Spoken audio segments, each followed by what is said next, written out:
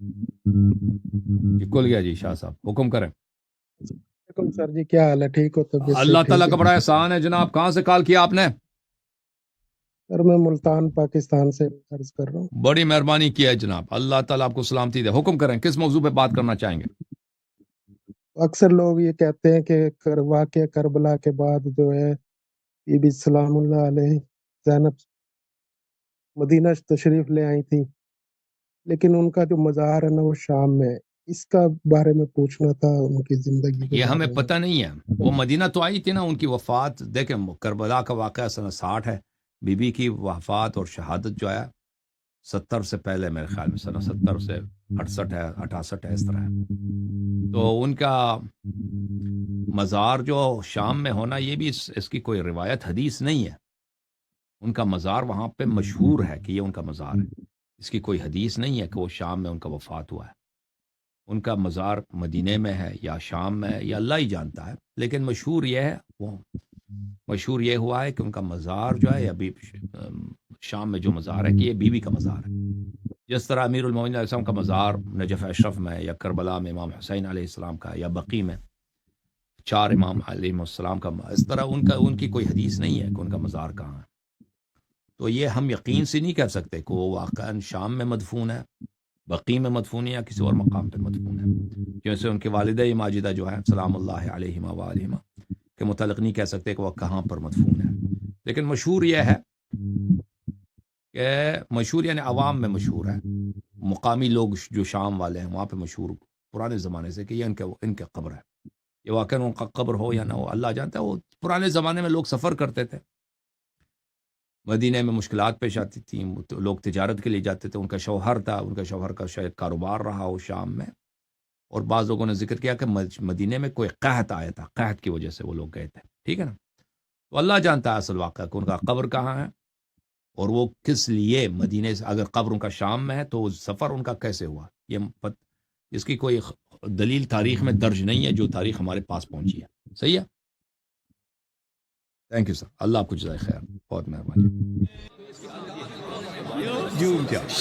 جھوم جاؤ پرواز کرو، کیوں فخر سے سر اٹھا، کیونکہ اللہ تعالیٰ نے تمہیں انتخاب کیا. صراط حق پر صرف تم ہو، صراط ایمان پر صرف کیا، کیونکہ اللہ تعالیٰ نے تمہیں انتخاب کیا. صراط حق پر صرف تم ہو، صراط ایمان پر صرف.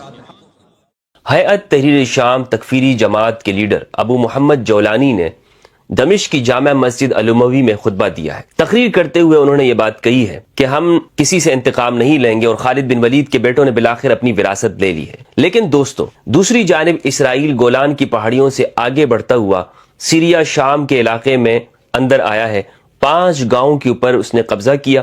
تقریباً 20 کلومیٹر کا علاقہ بنتا ہے جس پر اسرائیل نے آگے بڑھ کر شام کے علاقے پر قبضہ کیا ہے. یہ بہت حیرت انگیز بات ہے، لیکن ان لوگوں کے لیے حیرت نہیں ہونی چاہیے کہ جو اس پوری صورتحال کو دیکھ رہے ہیں اور ہماری ویڈیوز کو وہ مسلسل دیکھے جا رہے ہیں. اس موضوع کے اوپر جو میں گفتگو کر رہا ہوں اور آج میں جو معلومات آپ کو دینے جا رہا ہوں، اسی لیے میں نے اس کا نام بلیک باکس رکھا ہے کہ جس طرح طیارہ حادثے کے بعد ساری معلومات اس بلیک باکس کے ذریعے حاصل کی جاتی ہیں کہ اصل بات کیا ہوئی تھی. یہاں پر کیپٹن اور اس کے ساتھی نے یہاں پر جو کچھ گفتگو ہوئی ہے وہ اندر اس میں ریکارڈ ہو جاتی ہے اور بعد میں پھر تفتیش کے اندر آسانی ہوتی ہے. تو آج ہم اس پورے واقعے کی تفتیش کرنے جا رہے ہیں اور وہ حقائق میں آپ تک پہنچاؤں گا کہ جو ابھی تک آپ نے ان حقائق کے اوپر کسی تجزیہ نگار کی زبانی اس کو نہیں سنا ہے. میں 2012 سے اس پورے علاقے کے اوپر اس کا مطالعہ کر رہا ہوں کیونکہ یہ ہماری حدیث کی کتابوں اور جو ہماری روایات ہیں اس کے ساتھ یہاں کے سارے واقعات جڑے ہوئے ہیں. اور بطور ایک اسلامک اسکالر اور مذہبی اینکر کے یہ ہمارا فرض بنتا ہے کہ ہم اپنے ارد گرد کے حالات کے اوپر نظر رکھیں کہ خطے کے اندر کیا چل رہا ہے. تو بہرحال اسرائیل آگے بڑھا اور ابو محمد جولانی نے دمشق کے اندر فاتحانہ انداز میں داخل ہوا اور اس نے جامع الاموی میں خطبہ دیتے ہوئے یہ کہا کہ ہماری وراثت ہے جو ہم نے دوبارہ حاصل کر لی ہے. لیکن دوستو، حیرت کی بات یہ ہے کہ اس نے اپنی تقریر، اپنی گفتگو کے اندر ایک لفظ بھی اسرائیل کی اس حرکت کی مذمت نہیں کی ہے کہ اسرائیل نے جو یہ کیا ہے، شام کے علاقے کے اندر آیا ہے اور پورے علاقے پہ قبضہ کرنے جا رہا ہے، اس کی وہ مذمت کرتا نہیں، ایک لفظ بھی ادا نہیں کیا. اور اپنی ساری گفتگو کے اندر جو اس نے وہاں پر باتیں کی ہیں، اگر وہ آپ سوشل میڈیا پر دیکھیں گے تو اس میں بشار الاسد پر تنقید ہے، وغیرہ وغیرہ موضوعات پر بات کی، لیکن طوفان الاقصی کی حمایت نہیں کی اور نہ ہی یہ کہا کہ ہم غزہ پر اسرائیلی بربریت کی مذمت کرتے ہیں۔ اس سے آپ کو ایک بات مکمل طور پر واضح سمجھ میں آ جانی چاہیے کہ آنے والا نیکسٹ جو سیریا ہے، شام ہے، جسے عربی میں سوریا کہتے ہیں، اس کے حالات کیا ہوں گے، کیا وہ خطے میں قیادت کر سکے گا اور کون اس کو چلانے والا ہوگا، یعنی اب شام کا اصل حکمران کون ہے۔ یہاں میں ساتھ میں آپ کو یہ بھی بتاتا چلوں کہ پورے دمشق کے اندر یا پورے شام میں کہیں پر بھی عوام نے جشن نہیں منایا، یعنی عوام نکلی ہو اور اس نے ان لوگوں کو ویلکم کیا ہو۔ کچھ ویڈیوز آپ کو یہ دکھائی دیں گی کہ جس میں مختلف پریس کی جانب کے لوگ کھڑے ہوں گے اور انٹرنیشنل میڈیا وہاں پر موجود ہے، ارد گرد کے جو بشار کے مخالفین حکومتیں ہیں ان کا جو پریس وہاں پہ پہنچا ہے، ان لوگوں نے کوشش یہ کی کہ عوام کو نکالیں، لیکن جس طرح سے ویلکم کیا جاتا ہے اور خوشی اور جشن منایا جاتا ہے، اس طرح پورے شام میں کسی بھی جگہ پر آپ یہ نہیں دیکھیں گے، حتیٰ کہ دمشق کے اندر الساحہ الاموی کے اندر بھی، جسے اموی میدان کہا جاتا ہے، وہاں پر بھی لوگ کوئی جمع نہیں ہوئے۔ جیسے مثال کے طور پر ہمیں اس کی پچھلے انقلابات کے اندر اس کی واضح مثال ملتی ہے، جو تحریر اسکوائر ہے، وہاں پر مرسی کے لیے بہت لوگ جمع ہوئے، لاکھوں لوگ وہاں پر آئے۔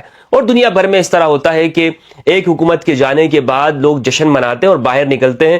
پورے شام کے اندر کہیں پر بھی یہ نہیں ہوا کہ لوگ جشن منا رہے ہوں۔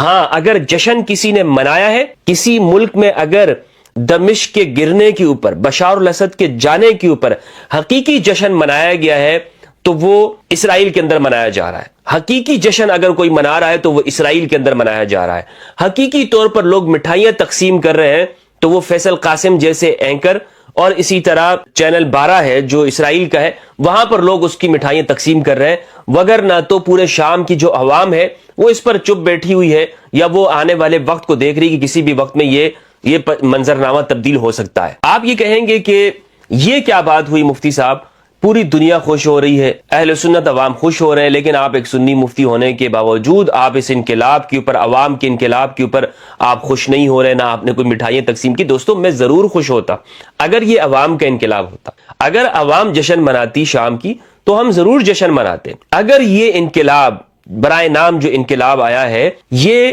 اسرائیل کی مذمت کرنے کے لیے ہوتا تو ہم ضرور اس میں خوشی مناتے۔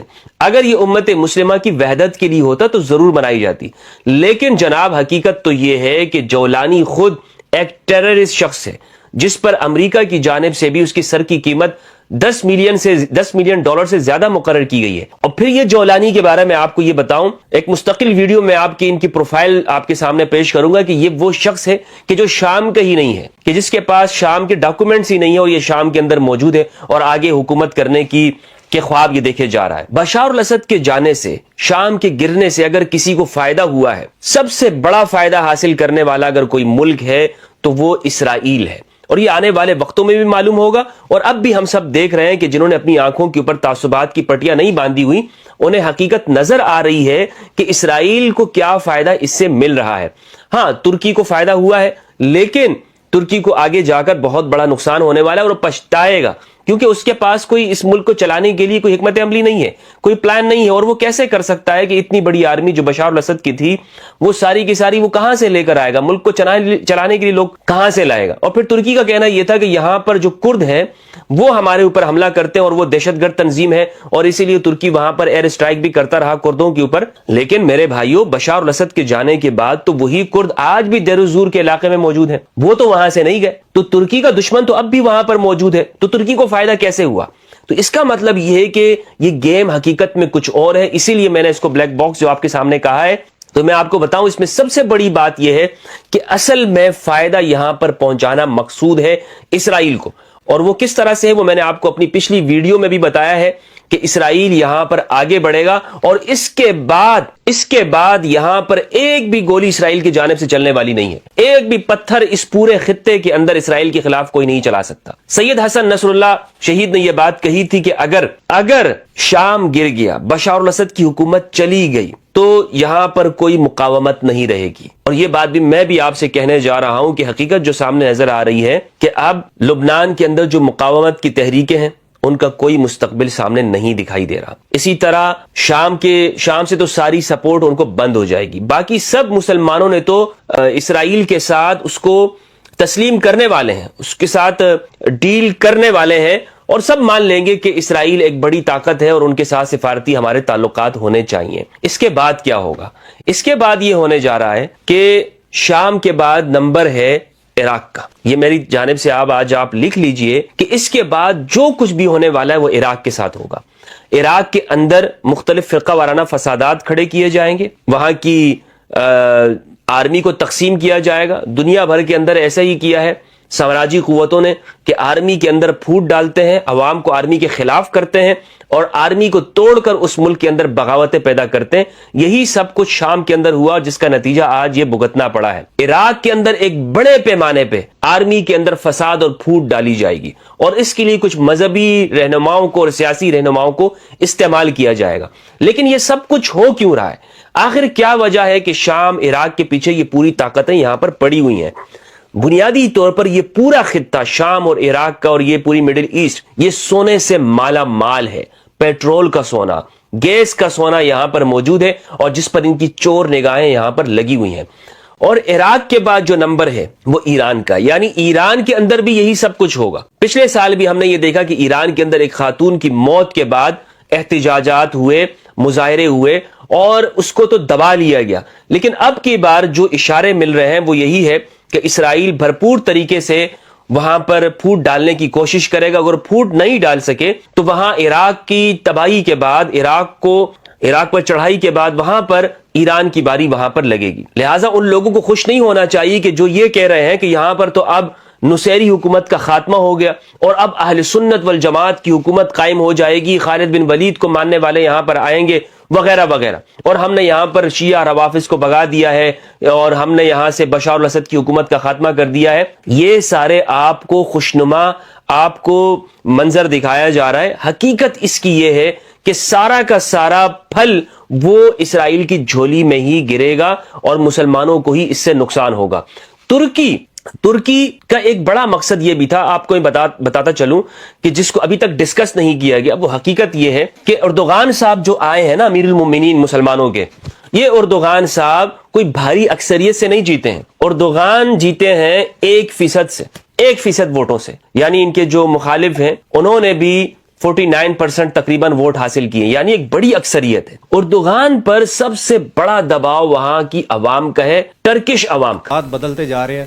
میرے ساتھ اس وقت مفتی محمد مسعود صاحب موجود ہیں, ان سے بات کرتے ہیں. اہل شام کے اوپر اور شام کے حالات و واقعات کے اوپر فتن کے نام سے انہوں نے 6 کتابیں بھی اس پر لکھی ہیں اور شام کے اوپر ان کی بڑی گہری نظر ہے. تو اسی والے سے ان سے بات کرتے ہیں کہ آخر جو پس منظر تھا, پھر جو درمیان کا ایک وقت آیا اور اب اس وقت جو وہاں پر شام میں جو ایک بالکل جو مسلمانوں کی زندگی انشاءاللہ بالکل ایک نئے طریقے سے شروع ہونے جا رہی ہے. تو اس پر مفتی صاحب سے بات کرتے ہیں. السلام علیکم رحمۃ اللہ وبرکاتہ. جی وعلیکم السلام ورحمۃ اللہ وبرکاتہ. بہت شکریہ جی آپ کا, آپ کی ٹیم کا.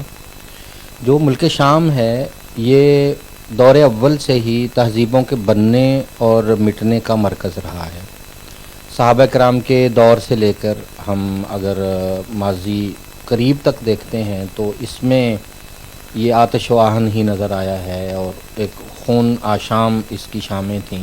رسول اکرم صلی اللہ علیہ وسلم نے شام کے متعلق بہت کچھ فرمایا. اصل میں وہ ہماری نگاہوں سے اوجھل ہے.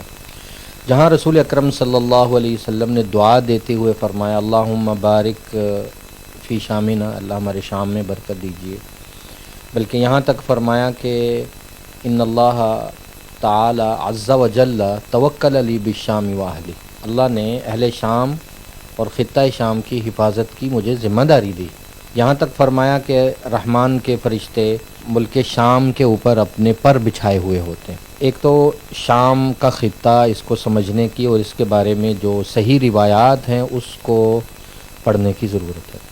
پھر شام صرف سوریہ نہیں ہے, لبنان, اردن اور اسی طرح سوریہ, فلسطین, مقبوضہ فلسطین. یعنی کہ یہ کسی ملک کا نام نہیں ہے, ایک خطے کا نام ہے. یعنی یہ ایک پورا خطہ ہے جسے اسلامی تاریخ میں بلاد شام کہتے تھے. یہ مختلف ممالک ہیں جو کاٹ کر اس کو 5 ممالک بنا دیا گیا. پھر یہاں ظلم کی بہت داستانیں ہوئیں, اہل سنت کا جینا مشکل کر دیا گیا, عزتیں لٹیں اور خون یہاں بہت گرایا گیا. یہ اس کو اگر ہم ایک نام دیں تو یہ انبیاء کی وہ سرزمین ہے جس نے ہمیشہ ہی داستانیں رقم کی ہیں، عزم و ہمت کی، شہادت کی اور شجاعت کی۔ آج پھر ایک سٹیج آگے بڑھنے کو تیار ہے، جس کو اگر ہم ایک نام سے دیکھیں تو یوں کہیں گے کہ سٹیج لگ چکا ہے، اب کرداروں کا انتخاب ہو رہا ہے۔ اور رسول اکرم صلی اللہ علیہ وسلم نے اس دور کے بارے میں فرمایا تھا کہ میری امت میں 2 کیمپ لگیں گے، فسطاط و ایمان لا نفاق فی، مومن جس میں منافقت نہ ہو، ایک کیمپ تو وہ لگے، دوسرا فسطاط و نفاق لا ایمان فی، منافقت کا ایسا کیمپ جس میں ایمان کوئی نہیں ہوگا۔ تو آج ہم دیکھ رہے ہیں کہ جب جھاڑو پھرتا ہے، جب شجاعت دینی پڑتی ہے، قربانیاں دینے کی باری آتی ہے، تو تب پتہ چلتا ہے کہ ایمان والے کون ہیں اور نفاق والے کون ہیں۔ تو اب جھاڑو پھر رہا ہے اور کھرا اور کھوٹا الگ ہو رہا ہے، اور وہاں سے جو منافقین تھے وہ بھاگ رہے ہیں، اور اہل ایمان کو اللہ جل شانہ وہاں ترقی دے رہے ہیں، خوشحالی دے رہے ہیں۔ ظلم کا ایک تاریک سیاہ دور ہے جس کا خاتمہ ہے۔ وہ لوگ جو شرک سے لے کر قتل تک کا بازار گرم کیے ہوئے تھے، جہاں کے بادشاہ کو خدا کا نمائندہ سمجھا جاتا تھا اور اس کے نام کے کلمے پڑھے جاتے تھے، آج وہاں اعلاء کلمت اللہ کی باتیں ہیں، اذان کی باتیں ہیں۔ 40 سال کے وہ لوگ جو جیلوں میں ہیں ان کو اللہ رہائی دے رہے ہیں، ہزاروں نہیں لاکھوں عزتیں عصمتیں پامال ہوئیں۔ تو اللہ جل شانہ نے اہل شام کی بات سن لی ہے، اور مستقبل کے حوالے سے 2 اہم ترین باتیں یہ عرض کروں گا کہ اہل شام کا شام میں مضبوط ہونا یہ اسلام اور اہل اسلام کے لیے انتہائی نفع کی بات ہے۔ دیکھیے، مستقبل کے حوالے سے رسول اکرم صلی اللہ علیہ وسلم نے جو نقشہ کھینچا جو سیاستہ میں موجود ہے، اس میں یہ ہے کہ سرزمین شام ہی حضرت مہدی کا مرکز خلافت ہے، عیسیٰ علیہ السلام کا مرکز نزول ہے، دجال کی قتل گاہ ہے، مسلمانوں کی ہجرت کی جگہ ہے، مرکز خلافت ہے، حضرت مہدی علیہ رضوان کا مدفن ہے، مسلمانوں کا مضبوط قلعہ، ہیڈ کوارٹر، فیلڈ کوارٹر ہے۔ حدیث شریف میں یہ سارے الفاظ۔ آپ اس کو اس طرح سے بھی ہم بات کو سمجھ سکتے ہیں کہ اگر قرب قیامت یا قیامت سے پہلے جب ایک دفعہ اسلام پورے طریقے سے رائج ہوگا اور اس کی حکومت ہو جائے گی تو وہ اصل مرکز شام سے ہی ہوگا۔ جی بالکل، رسول اکرم صلی اللہ علیہ وسلم ایک دن سوئے ہوئے تھے تو خواب میں اٹھے اور فرمایا کہ میں نے نور کا ایک ستون دیکھا ہے جو میرے سر سے نکلا ہے اور جا کے شام میں کھڑا ہوا ہے۔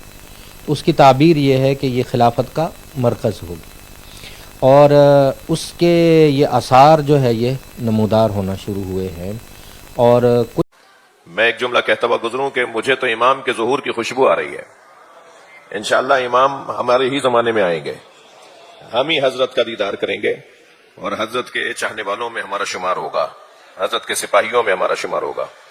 مجھے مولا علی کی وہ ایک بشارت آج پڑھ رہا تھا میں، مولا نے فرمایا تھا ہمارا مہدی جب ظہور کرنے والا ہوگا تو شام اسرائیل کے تسلط میں چلا جائے گا، اور اسرائیل سے جلدی واپس لینے والے کو مہدی کہتے ہیں۔ صلوات پڑھ لیں محمد و آل محمد۔ تو مجھے تو امام کے ظہور کی خوشبو آ رہی ہے، اور یہ جو خوشبو مجھے آ رہی ہے وہ اس وجہ سے بھی خوشبو آ رہی ہے کہ امام کے ظہور سے پہلے حقائق کھلیں گے جو کھلنا شروع ہو گئے ہیں۔ اب سے 10 سال پہلے تک حسین مولا پہ رونا بدعت تھا، اب سنت ہو گیا ہے۔ جی ہم نے نہیں بدعت کہا تھا، اور ہم ہی بدل نہیں رہے ہیں، جو کہتے تھے نا بدعت ہے وہ اب کہہ رہے ہیں سنت ہے۔ اب سے 20 سال پہلے کالے کپڑے پہننا بدعت تھا، اب سنت ہو گیا ہے۔ اب سے کالے علم اٹھانا بدعت تھا، اب کہہ رہے ہیں کہ آخری زمانے میں جب حضرت مہدی ظہور فرمائیں گے تو ان کے پرچموں کا رنگ سیاہ ہوگا، سیاہ پرچموں کا لشکر آئے گا، سیاہ علم لے کر آئیں گے۔ صلوات پڑھ لیں محمد و آل محمد۔ تو آہستہ آہستہ حقائق کھلنا شروع ہو رہے ہیں، اور یہ زمانہ بہت تیزی سے ظہور کی طرف بڑھ رہا ہے۔ اور خبردار کوئی یہ نہ سوچے کہ وہ آنے والا صرف تلوار چلائے گا، وہ آنے والا اپنے جد علی بن ابی طالب علیہ السلام کے نظریے کو، روش کو، طریقے کو اپنائے گا۔ علی کا طریقہ وہ ہے کہ جس کی میں ایک مثال دے کر گزروں کہ جب ایک چور کو لایا گیا مولا کی بارگاہ میں اور ثابت ہو گیا کہ یہ چور ہے، تو حضرت نے اس پہ حد جاری فرمائی, اس کی انگلیاں کاٹ دی. وہ کٹی ہوئی انگلیاں لے کر کوفے کے چوراہے پہ کھڑا ہو گیا اور آوازیں لگانے لگا, آؤ میں بتاتا ہوں یہ انگلیاں کس نے کاٹی ہیں. اب جب لوگ جمع ہونا شروع ہو گئے اور ایک مجمع چوراہے پہ لگ گیا تو اس نے کہا یہ انگلیاں اس نے کاٹی ہیں کہ اگر وہ نہ ہوتا تو نبی کے بستر پہ سونے والا کوئی نہیں تھا. یہ انگلیاں اس نے کاٹی ہیں جو نبی کی دختر فاطمہ زہرا کا شوہر ہے. یہ انگلیاں اس نے کاٹی ہیں جس نے احد کو, خندق کو, خیبر کو فتح کیا, جس نے نبی مکرم کو تلوار کے ذریعے بھی مدد کی اور جس نے نبی مکرم کو اپنی طاقت کے ذریعے بھی مدد کی. مولا کے فضائل پڑھ رہا تھا, ایک شخص کی آواز آ گئی, علی تمہاری انگلیاں کاٹ رہے ہیں, تم علی کے فضائل پڑھ رہے ہو. تو کہنے لگا فضائل تو اسی کے پڑھے جائیں گے جو عدل الہی کو نافذ کرے گا. جب یہ بات مولا علی تک پہنچی تو حضرت نے فرمایا کہ اسے بلا لو, اور جب بلایا گیا حضرت نے فرمایا یہ کیا کر رہے ہو؟ کہ مولا میں آپ کے فضائل پڑھ رہا ہوں. حضرت نے اس کی کٹی ہوئی انگلیاں اس کے ہاتھ کے ساتھ جوڑی, کپڑا ڈالا, ارادہ فرمایا. جب وہ ارادہ حضرت کا مکمل ہوا تو ایک مرتبہ وہ انگلیاں جڑی ہوئی نظر آئیں, وہ ایسی تھیں جیسے کٹی نہیں تھیں. تو کسی نے پوچھا یا علی وہ انگلیوں کا کاٹنا کیا ہے؟ تھک تو نہیں رہے آپ حضرات؟ یا علی وہ انگلیوں کا کاٹنا کیا ہے, یا انگلیوں کا جوڑنا کیا ہے؟ تو مولا علی کے جواب کا مفہوم بیان کر رہا ہوں. حضرت نے گویا فرمایا وہ عدل الہی کا جلوہ تھا, یہ کرم پروردگار کا جلوہ ہے.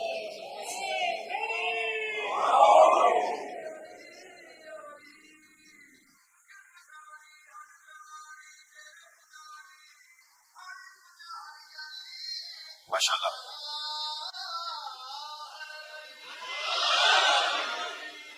توجہ کر لیا آپ نے؟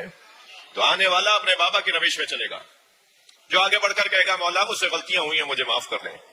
یہ رؤوف امام کی اولاد ہے, یہ رؤوف اماموں کی اولاد ہے. اور آنے والا جب آئے گا تو عدل انصاف سے زمانے کو پر کرے گا. وہ زمانہ قریب آتا جا رہا ہے انشاءاللہ. اس پوری دنیا پر اہل بیت کے نظام کو, اہل بیت کے حکم کو نافذ کرنے کے لیے آ رہے ہیں.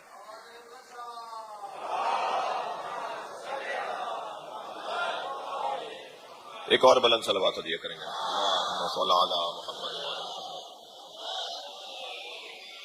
اس سے بلند صلوات دیا کریں.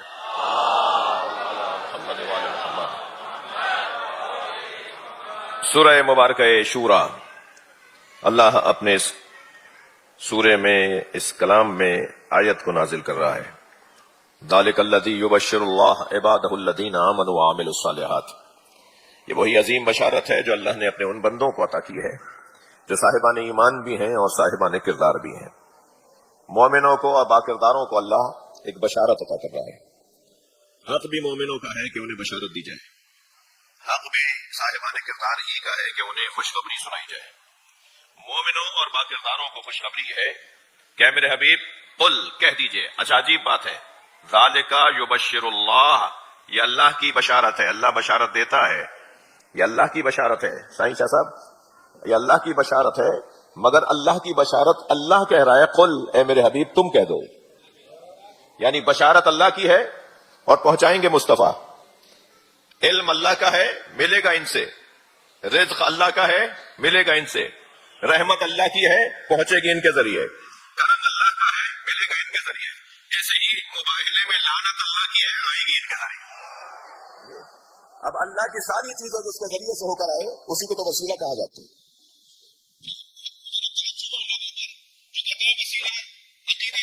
عقیدہ ہی نہیں ہے. شیعہ حضرات اور سنیوں میں ایک بہت بڑا طبقہ جو وسیلے کا قائل ہے, جو نسبتوں کا قائل ہے, ان لوگوں کے لیے ایک طبقہ یہ کہتا ہے کہ یہ لوگ گمراہ لوگ ہیں, یہ مشرک لوگ ہیں. یعنی جو وسیلے کو مانتے ہیں وہ شیعہ سارے, اور اہل سنت میں ایک طبقہ, انہیں وہ طبقہ کہتا ہے کہ جو وسیلے کو نہیں مانتا کہ یہ گمراہی ہے. عقیدہ توسل گمراہی ہے. اللہ سے بات کرنی چاہیے, اللہ ہی سے بات کرنی چاہیے, وسیلے کا کوئی عقیدہ نہیں ہے. یہ جو نظریہ, مجھے تعجب ہے ان لوگوں پر کہ قرآن مجید میں 1 2 4 6 نہیں بلکہ ہر 2 آیتوں کے بعد, ہر 4 آیتوں کے بعد اللہ نے عقیدہ توسل کو بیان کیا ہے. یعنی کثرت سے جس عقیدے کو قرآن مجید میں بیان کیا گیا ہے, جتنی آیات اللہ اور اللہ کے رسول کے ساتھ جڑی ہوئی ہیں, اطیعوا اللہ واطیعوا الرسول واولی الامر منکم, یہ جو اسی طرح کی آیات, لقد جاءکم رسول من انفسکم, جتنی بھی آیات اللہ کے ساتھ رسول اللہ کے تذکرے والی آیات ہیں وہ عقیدہ توسل ہی تو ہے. یا جہاں کہا جا رہا ہے کہ قل هو اللہ احد, اے میرے حبیب ان سے کہہ دو وہ اللہ احد ہے, تو خود کو نہیں کہہ رہا کہ تو احد ہے. اللہ نے خود کیوں نہیں کہا کہ میں احد ہوں؟ کہا میرے حبیب تم کہہ دو کہ وہ احد ہے. اللہ تو وہ اللہ بھی نہیں منوانا چاہتا جو بغیر مصطفیٰ کے مانا جا رہا ہو. تم اور کہاں جا رہے ہو؟ اللہ چاہتا یہ ہے. ایک صلوات اور عطیہ کرے محمد و آل محمد. کیا صاحب آگے؟ کیا صاحب آگے تھے؟ شاہد بھائی آگے تشریف لائیں گے.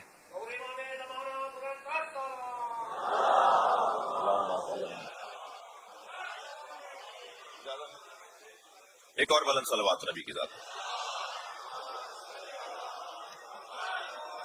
آپ اس سے بلند پڑھ سکتے ہیں صلوات. اللہم صل علی محمد و آل محمد.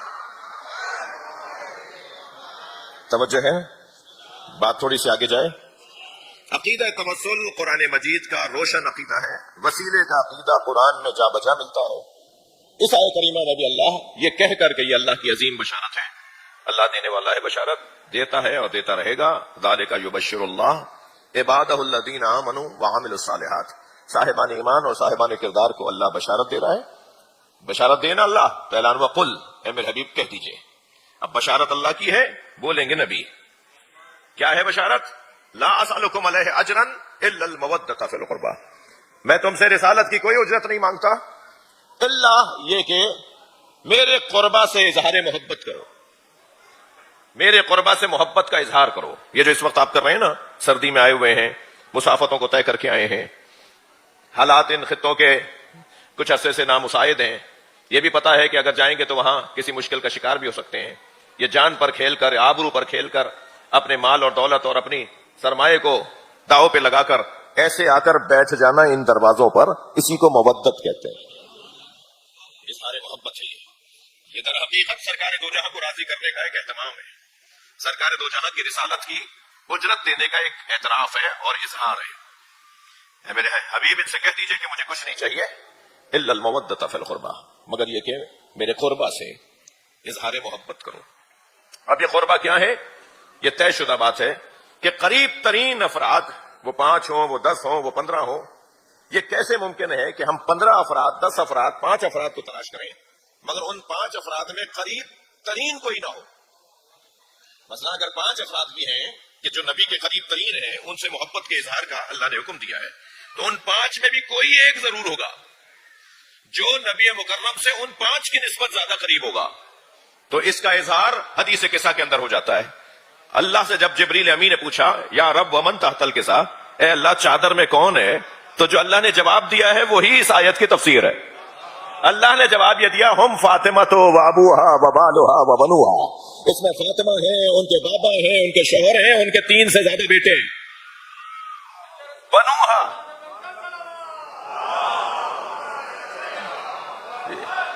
اس میں سیدہ کے 3 سے زیادہ بیٹے ہیں. بنو، مولانا علماء صاحبان ادب تشریف فرمائے ہیں، ابنان نہیں ہے، بنو ہے.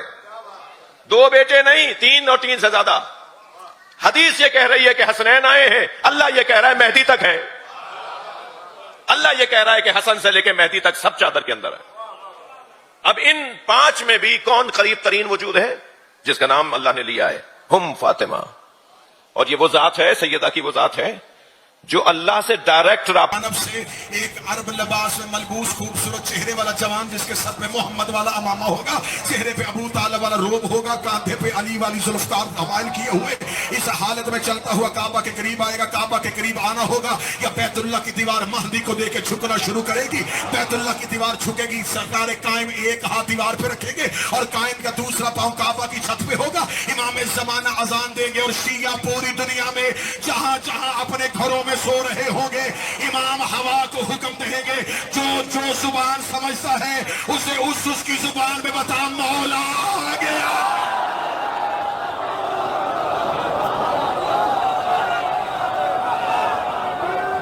قائم کے نوکر، 12ویں کے سپاہی، انتظار کرنے والے سوئیں گے گھروں پہ، اٹھیں گے کعبے میں.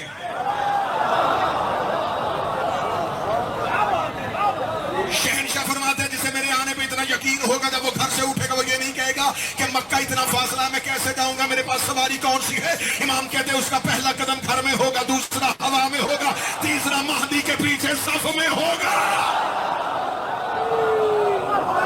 میرے شہنشاہ ظہور فرمائے مشرق کی جانب سے